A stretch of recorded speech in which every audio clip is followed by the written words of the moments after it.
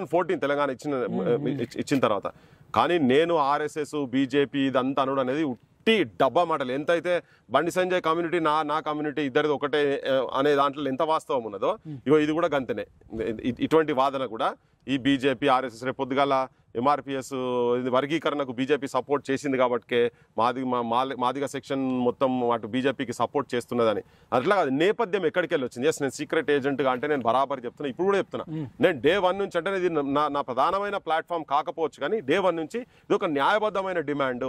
వాళ్ళకి అన్యాయం జరుగుతున్నది తెలంగాణ ప్రాంతంలో కావచ్చు, ఆంధ్ర ప్రాంతంలో కావచ్చు.